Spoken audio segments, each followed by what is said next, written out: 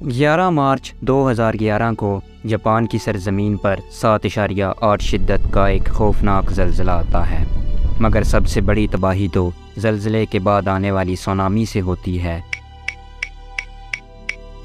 جو چند ہی منٹوں میں کئی فٹ اونچی عمارتوں کو ملبے کا ڈھیر بنا کر اپنے ساتھ بہا لے جاتی ہے۔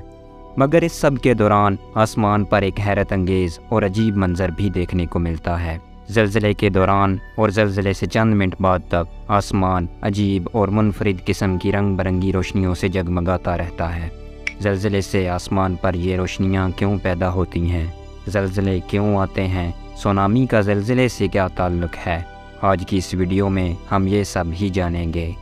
Just moments ago, parts of South and Central Asia witnessed massive tremors. An earthquake of magnitude 6.5. Another earthquake has hit Turkey near the border with Syria. This is News Review from BBC. The quake is at its depth and I'm back. Make sure you watch the Tremors end were to felt learn in large the parts of language India and and Pakistan as well.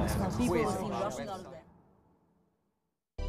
دوستوں، ہر سال زمین پر اوسطاً 13 لاکھ زلزلے آتے ہیں، مگر ان میں سے 98% زلزلوں کی نوعیت اتنی کم ہوتی ہے کہ ہم انہیں محسوس تک نہیں کر پاتے۔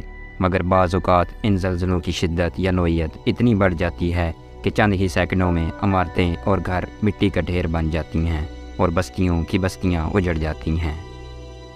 ان ارتھ یا زلزلوں کی 4 سائنٹیفک ریزنز یا وجوہات اب تک دریافت کی جا چکی ہیں۔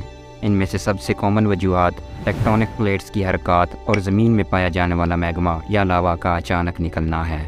ہماری زمین بنیادی طور پر 4 لیئرز پر مشتمل ہے، جس میں سب سے اوپری لیئر جس پر ہم رہتے ہیں یا جو ہمیں نظر آتی ہے کرسٹ کہلاتی ہے۔ زمین کی دوسری تہہ مینٹل کہلاتی ہے۔ اس لیئر کی موٹائی باقی لیئرز کی نسبت زیادہ ہوتی ہے اور اس میں مختلف اقسام کے پتھر پائے جاتے ہیں۔ اس کے بعد زمین کا انر اور آؤٹر کور شروع ہو جاتا ہے۔ زلزلے بلائی تہہ میں یعنی کرسٹ میں ہونے والی تبدیلیوں کی وجہ سے آتے ہیں۔ زمین کی اس تہہ میں کچھ پلیٹس پائی جاتی ہیں جنہیں ٹیکٹونک پلیٹس کہا جاتا ہے۔ یہ پلیٹس پتھروں کی بنی ہوئی بڑی بڑی سلیبز ہوتی ہیں۔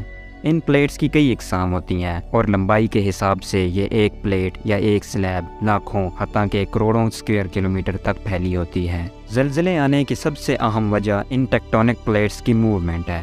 زمین کے انر کور میں میگما موجود ہوتا ہے۔ یہ میگما انرجی خارج کرتا ہے، جس کی وجہ سے زمین کی پلیٹس میں حرکت پیدا ہوتی ہے۔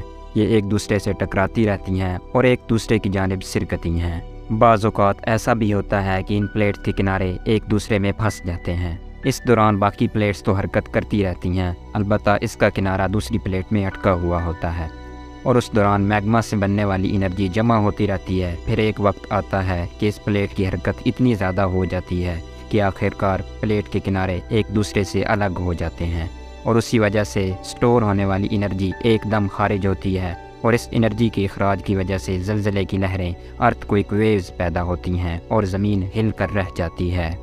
زلزلے آنے کی دوسری اہم وجہ زمین کے اندر پایا جانے والا میگما یا لاوا ہے۔ آتش فشاں کے پھٹنے سے میگما زمین کے اندرونی حصے سے باہر پھوٹ پڑتا ہے، جس کی وجہ سے زمین میں ایک خلا سپیس پیدا ہو جاتی ہے۔ اس خلا کو پر کرنے کے لیے پتھروں میں حرکت ہوتی ہے اور پھر زلزلہ آتا ہے۔ اس کے علاوہ جب آتش فشاں پھٹتا ہے تو بھی زمین لرز جاتی ہے۔ بعض اوقات کچھ معمولی نوعیت کے زلزلے نیوکلیئر دھماکوں اور کان کنی کی وجہ سے بھی آتے ہیں۔ اب آتے ہیں اس سوال کی طرف کہ ان زلزلوں سے آسمان پر روشنیاں کیوں پیدا ہوتی ہیں۔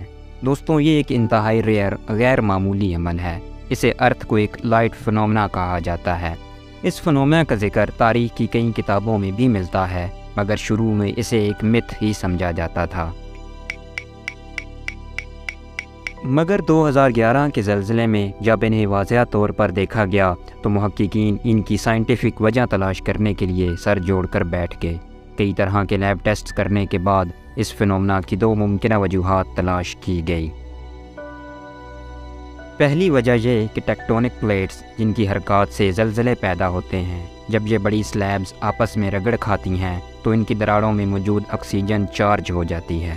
یہ چارج آکسیجن آئنز جب باہر فضا میں خارج ہوتے ہیں تو ہوا کے مولیکیول کے ساتھ ریئیکٹ کر کے انہیں چارج کر کے پلازما بناتے ہیں، جس سے رنگ برنگی روشنیاں پیدا ہوتی ہیں۔ یہ پلازما بننے کا عمل دوستوں آپ کی ٹیوب لائٹس میں بھی ہوتا ہے، مگر کچھ ماہرین ان روشنیوں کی اسی سے ملتی جلتی ایک دوسری وجہ بھی بیان کرتے ہیں۔ ٹیکٹونک پلیٹس کی رگڑ سے ان کی دراڑوں میں موجود فری الیکٹرونز چارج ہو جاتے ہیں، جس سے ہائی وولٹیج کرنٹ پیدا ہوتا ہے، اور زمین کے پھٹنے کے بعد یہ کرنٹ وولٹیج میں فرق پوٹینشیل ڈفرنس کی وجہ سے فضا میں لیک ہوتا ہے، جس سے آسمان پر روشنیاں دکھائی دیتی ہیں۔ ماہرین کا کہنا ہے کہ ان روشنیوں کی مکمل جانکاری سے ہمیں زلزلوں کی قبل از وقت پیشگوئی کرنے میں مدد مل سکتی ہے، تاہم فی الحال ایسی کوئی ٹیکنالوجی دریافت نہیں کی جا سکی جس سے زلزلے جیسی قدرتی آفت کی پیشگوئی کرنا ممکن ہو۔ اور آخر میں ہم ایک سادہ سی مثال کے ساتھ یہ بھی جاننے کی کوشش کرتے ہیں کہ زلزلے سے سونامیز کیوں پیدا ہوتی ہیں۔ سونامیز دوستوں، آپ جانتے ہیں کہ سمندر کی بڑی بڑی لہریں ہوتی ہیں جو اکثر زلزلوں کے بعد ساحلی علاقوں میں دیکھنے کو ملتی ہیں۔ اس کا زلزلوں کے ساتھ تعلق سمجھنے کے لیے آپ یوں مثال لے لیں کہ ایک ٹب کے اندر پانی موجود ہو اور اس کو تیزی سے ہلایا جائے تو اس کے اندر لہریں پیدا ہوں گی۔ بالکل اسی طرح زلزلے سے سمندر میں موجود پانی ہل کر رہ جاتا ہے اور اس میں بڑی بڑی لہریں پیدا ہوتی ہیں جو تباہی کا سبب بنتی ہیں۔